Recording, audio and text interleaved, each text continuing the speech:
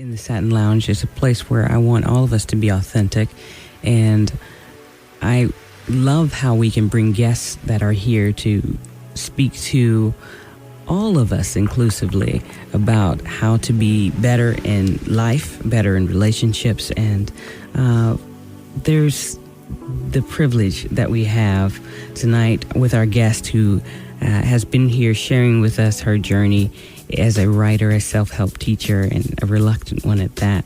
Welcome back, Lisa Oz. Thank you.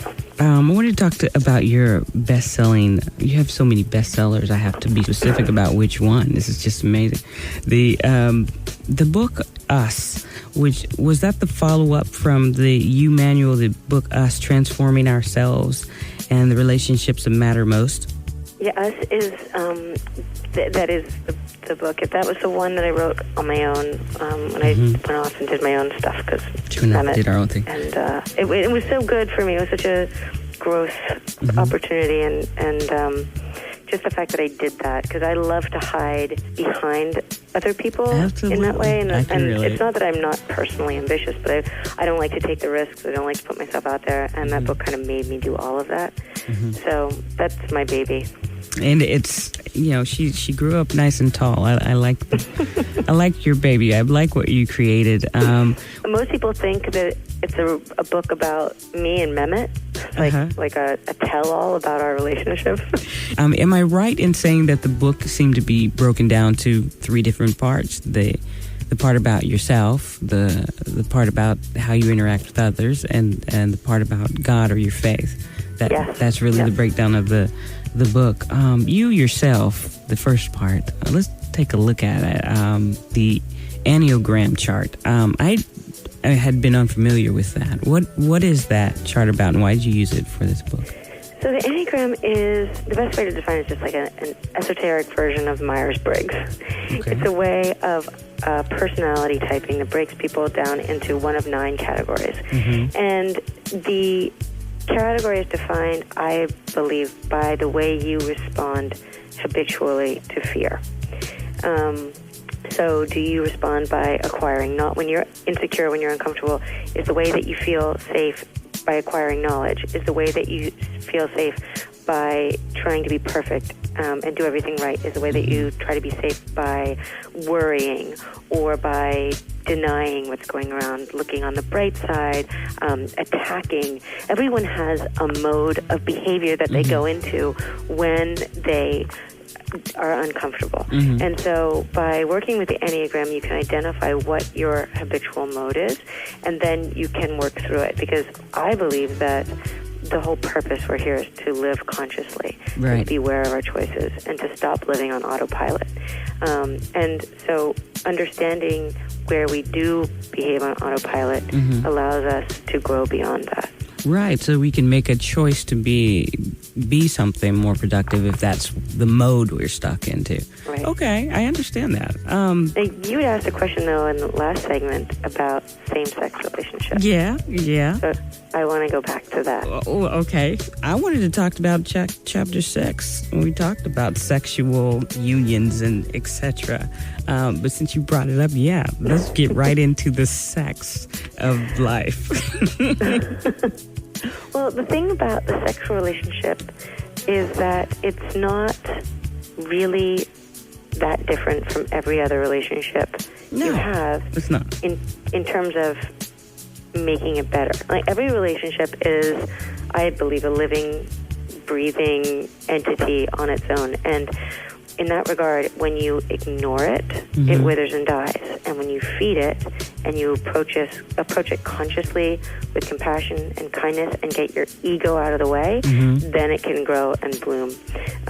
So in the sexual relationship, whether it's same-sex, opposite sex, whatever that relationship it is, that is your most intimate teaching area. That is where you described it as you said that sex is the deepest, most powerful connection to another human being, which I found profound.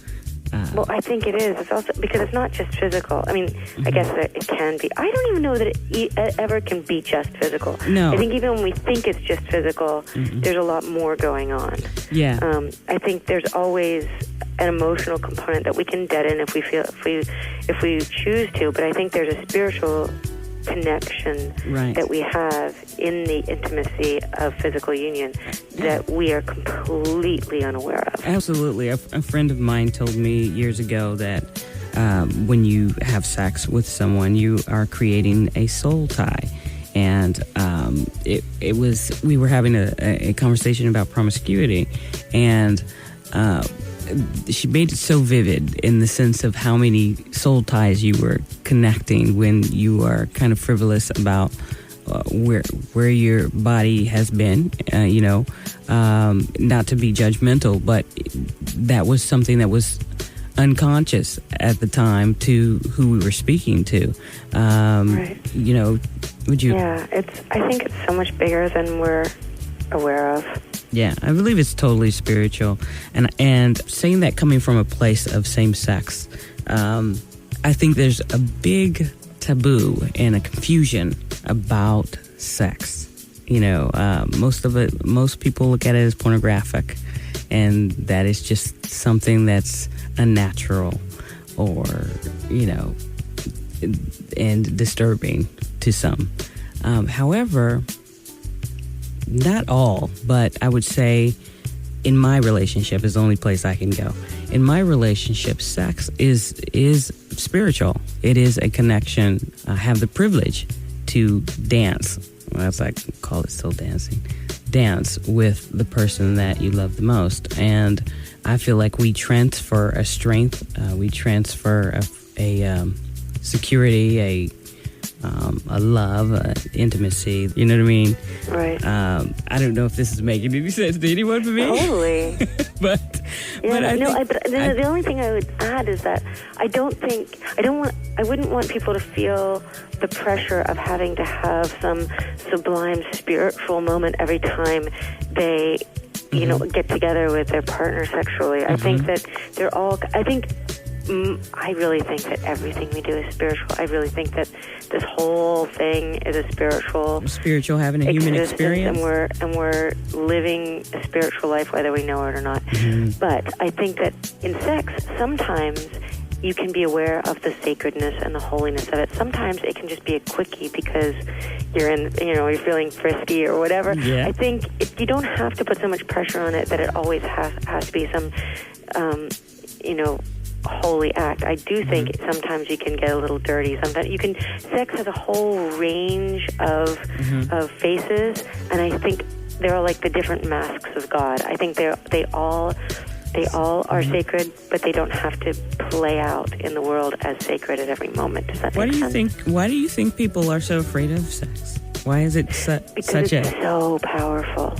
I think everything that is really powerful, religion, government, sex, anything that has that kind of power is awesome. I mean, awesome in the fact that it inspires fear and terror. And what about those who believe that sex is specifically for procreating? And I think that is the argument when it comes to same sex, because you can't procreate when you have sex.